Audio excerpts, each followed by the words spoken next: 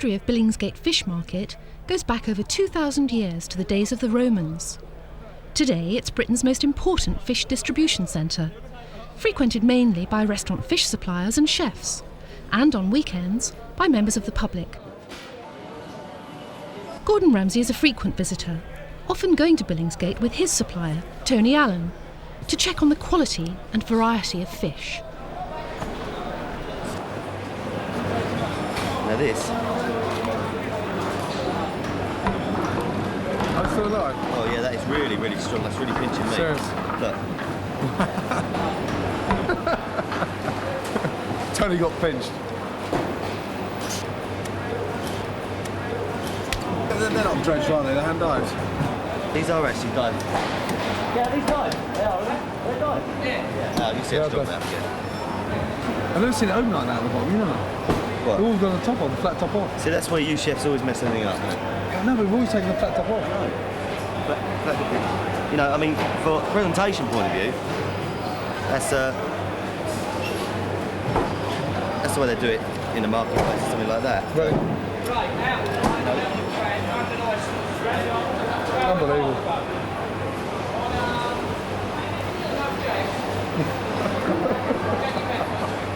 Very nice.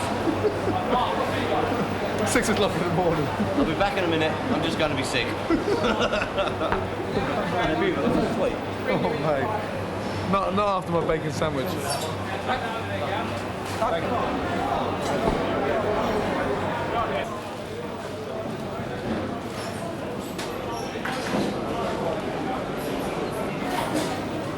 Lobsters and crabs.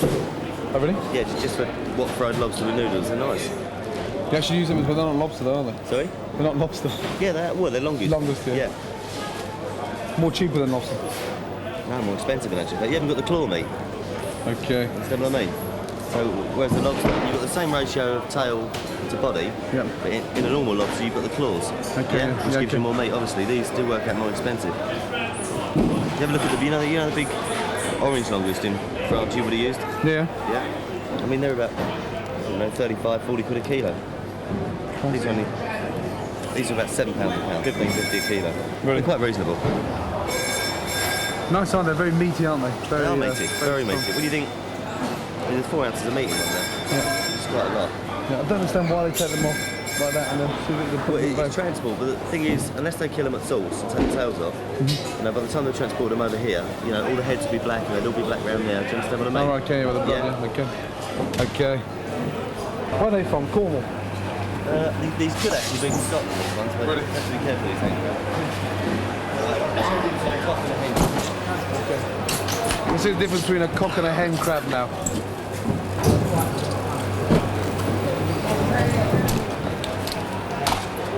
If you look at the shell size, they're comparatively the same. Same, yeah. Yeah? But all the meat comes from the cock crabs because they've got the bigger claws. That's more for display on the male side of it. Okay. So this is a female, the small claw. that is, you can see a more rounded shell. Yeah. See what I mean? Whereas this Okay. goes up and comes around like that. But Look at the size of the claw, the difference in the meat. yeah, compared to the size of the body, the comparison of the claws. That's the average size of a large, don't you? Yeah.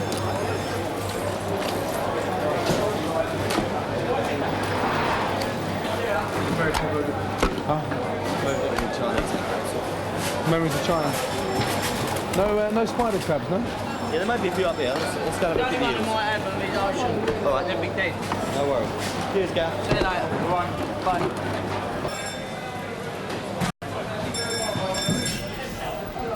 Beautiful. What was that, Joe? About £20? Only about 10 of them.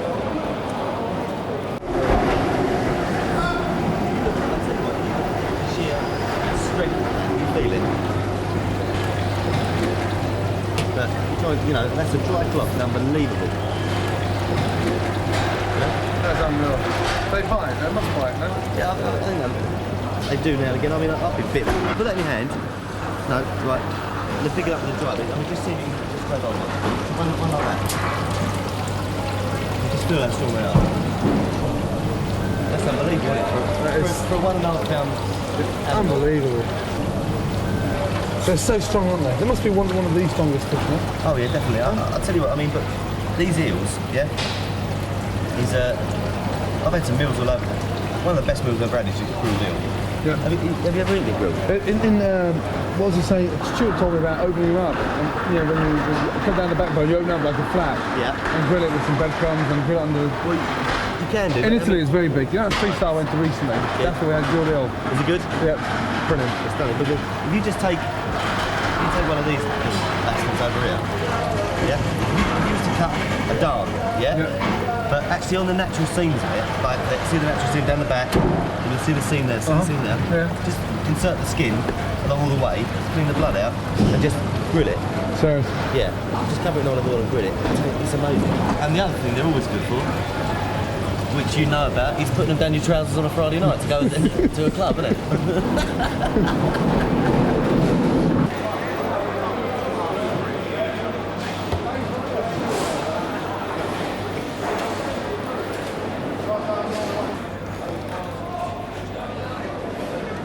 Actually, really nice. When you get the big fat sprats, just take the corner of that book.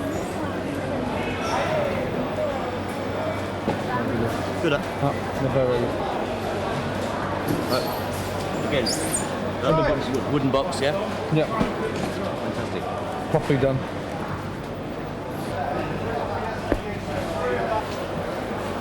Yeah, I'll do them at the bank, they're beautiful. I mean, I live in Portugal, France all the time. They're really stunning. God, they're beautiful. They're expensive now. What sort of nationalities buy them? Most popular? Spanish, Portuguese, yeah, would be. Because I'm always in Portugal, you know.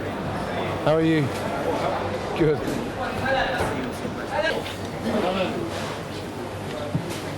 So, both English crayfish. Yes, both English crayfish. But the two varieties here, this is the Signal one, which has a smooth shell, very fat claws. It's the one that's doing all the damage in all the waterways, and they're very keen to try and eradicate it. Really? Found in the same waters, both? Found in the same waters, yeah. This is your Turkish variety, which is all over the English waterway systems, mainly in the lakes and canals.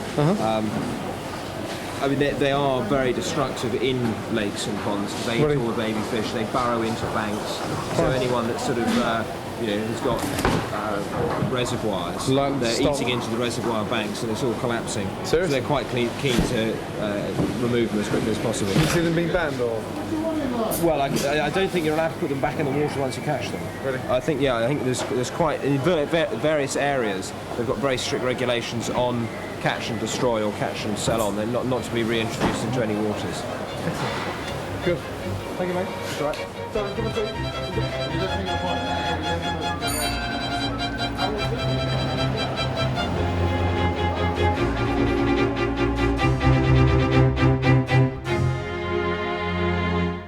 Okay, roasting salmon. The exciting thing about roasting salmon is caramelising the skin. There's nothing worse than having a slice of salmon which has been roasted with soggy skin. So this has been beautifully scaled.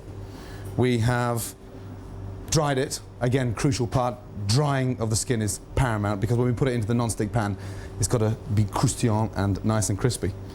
Scales have been removed, skin side down, and we're just going to very, very carefully insert our knife on top of the skin 3, 4, 5 times, and then finally off. It's lightly marked on top in order to let the olive oil render through the salmon, keep it nice and pink, and it prevents this skin from buckling. Sweet and sour pepper sauce, one of the most simple and most delicious sauces ever to make. Red and yellow peppers, just sliced round like so. Banana shallots. You can actually see now why they're called banana shallots, because they actually look like bananas. Again, just sliced in half, like so.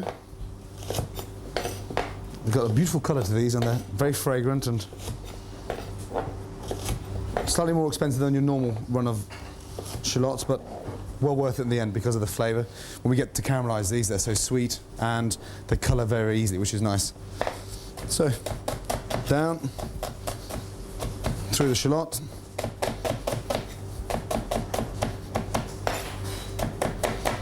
Slice lengthways because we're not slicing across, we want to slice lengthways because we want to run in conjunction the same way the peppers.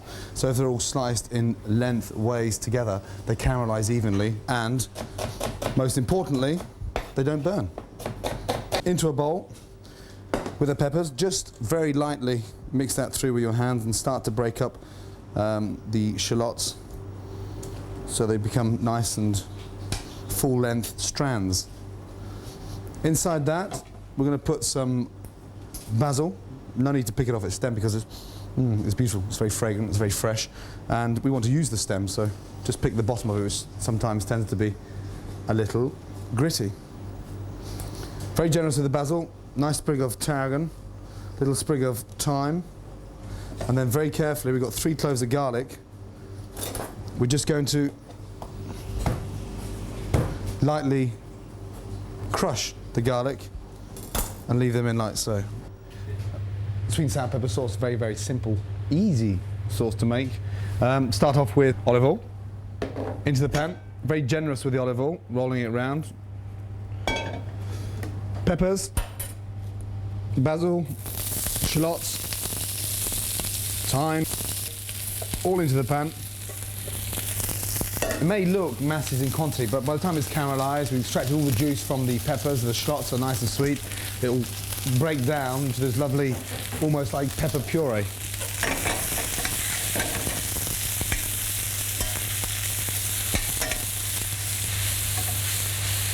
You may have noticed earlier the fact that I actually didn't peel the garlic, I just lightly crushed the garlic.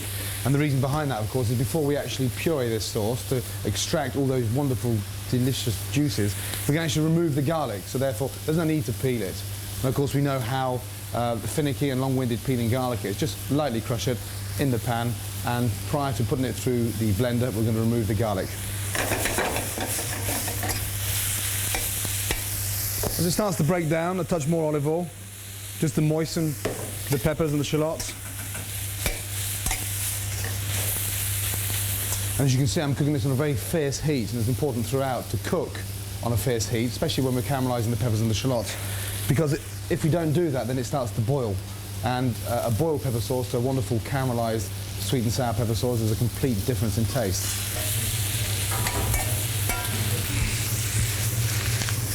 Okay, once the peppers and the shallots have been caramelised, we're going to deglaze the pan with a touch of white wine vinegar. Because where we're now starting to get our sour flavour from. The peppers are sweet, the shallots are caramelised, therefore maximising the sugar. Now we start this sort of sour process. And of course, at the bottom, it's just like a syrup, it almost becomes like a syrup. We've got the olive oil in there, we've got the sugar from the shallots, and this white wine vinegar has almost formed its own syrup, and that's important to look for that before you place the alcohol inside. Now the white wine vinegar is evaporated, we're going to put our nolly prow inside. Just very, very carefully around the outside of the pan. And I always put the nolly prow or the vermouth or whatever alcohol we're using to make sauce around the outside. We glaze the pan around the outside, and what this does, it helps to clean the juices from the outside and everything falls down underneath. So we don't actually burn anything on the top, and we're concentrating all those flavours at the bottom now. And we deglaze our pan around the outside, so it swirls all these wonderful juices, skins, herbs from the outside of the pan back into the centre where we want it. Now we're going to put our vegetable stock inside, and the vegetable stock is made out of carrots, onions, celery, like a proper vegetable stock. That's infused with a large bouquet garni, and we're going to clean the pan for the third time around the outside with the vegetable stock. Into the pan, around the outside again.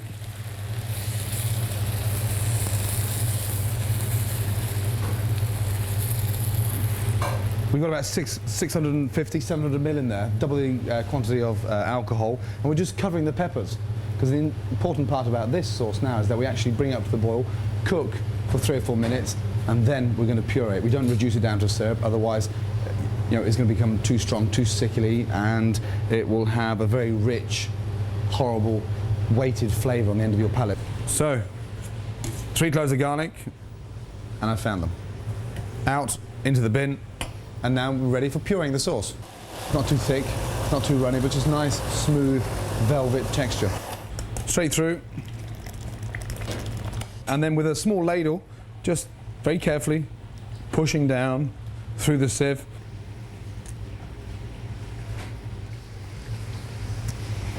That's just the basic juice, and we're not actually finished there. We need to season it properly. A little touch of butter to give it that velvet texture, so it sits beautifully on the plate. But the flavours so far, delicious. Light, fragrant, and a very comfortable sauce to eat on your palate. So the most important part, even before we start cooking this, is the seasoning, and we don't season fish enough because it's live. There's only one texture and cuisson for fish. It's not like cooking meat. We have to be very, very careful on the seasoning. As you noticed, we open them up whilst we're slicing the tranches. So another reason behind that, of course, is that we can actually season them properly and really get inside there and start seasoning properly. I'm very finicky on pepper mills with loose tops because the looser the top, the bigger the grain. You know, I want my pepper mill nice and tight inside, so when I grind the pepper, it's nice and fine, and so it doesn't look messy on the plate. Nicely seasoned, both sides. Generous, especially with the salt on the skin, because we want the skin to become crispy, so therefore we maximise on the salt.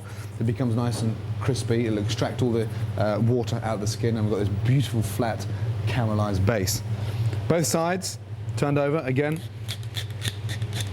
Nicely seasoned. We're using here a touch of rock salt, sel de Guérin, which is a very fine, light brown rock salt, and it's very strong, so you don't need that much of it. Into a non-stick pan, oil,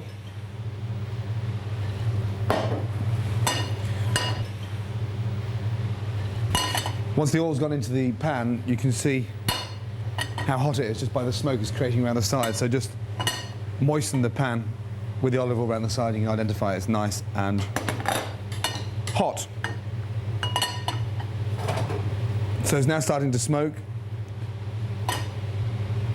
Because it's a non-stick pan, we don't have to flood the pan with oil. Sometimes when you're cooking fish at home, you have the tendency to steep this fish in olive oil. You know, it's a non-stick pan. It's going to be cooked 90% of it on its skin side down, so therefore we don't need masses of olive oil. Okay, starting to smoke around the outside. Salmon in.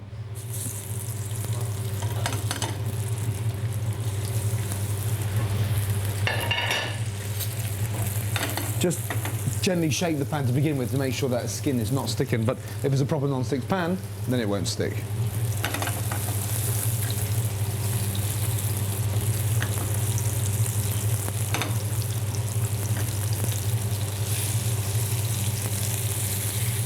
And I always like to just very carefully lift the salmon from the bottom of the pan in order to let that olive oil go underneath, and we can actually colour it as opposed to scorching it, and there's a big difference.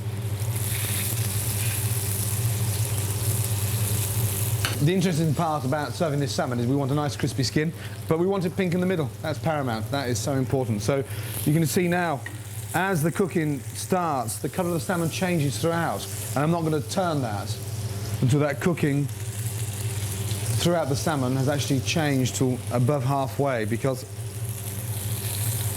how it's determined on the outside is very much replicated the inside. It's still very raw halfway through, and the heat hasn't started transferring throughout, so we're not going to turn it just yet. Having the salmon cooked on the skin is a great protection, because there's nothing worse than having overcooked fish, and this will... chances of overcooking this is impossible, because we can now start to see how the different layers of salmon have changed in colour. It's sort of almost becoming very, very light pink at the bottom. It's transferring through, and about 30 seconds from now, 45 seconds, I'm going to turn them over, because you can identify it's almost half cooked, as you can start to see above. So, turning the salmon over onto the bottom.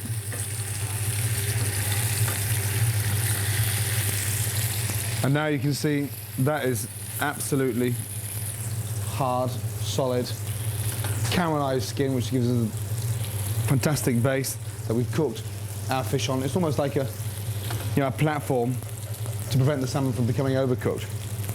So just tip it slightly,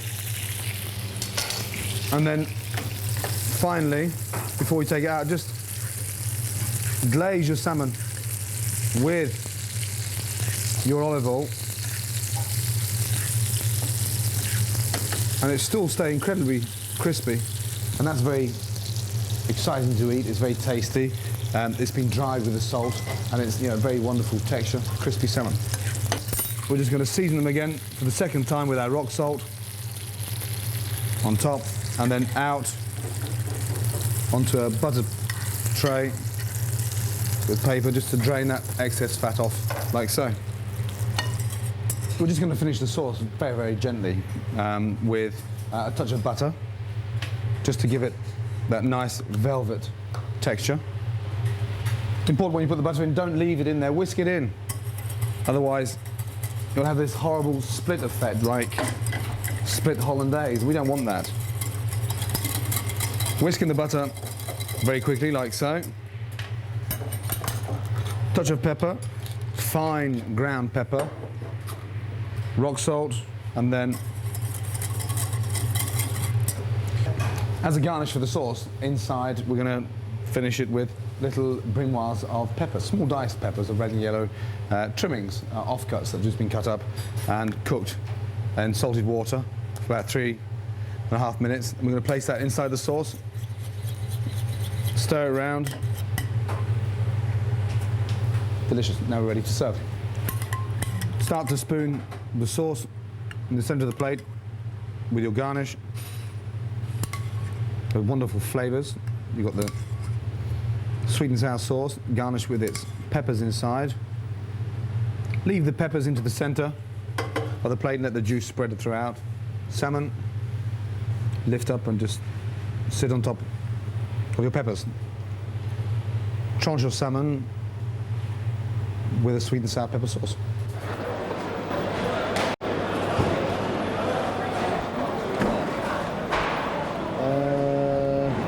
The cheeks. Monkfish or turbot? You ever eaten them? No. No, I haven't. They're beautiful.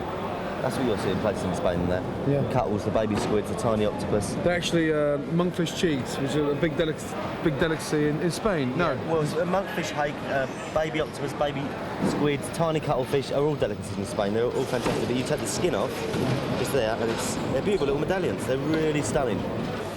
Unbelievable. Silver sabre. From Portugal. Yeah. They're so thin, aren't they? Espada, yeah. It's good fish, though. You know? It tastes good. Seriously? Yeah, really good. How come none of the restaurants in England use it? It'll be Spanish and Portuguese restaurants again. But there again, same thing, much like the eel, you can tie this around your waist to keep your trousers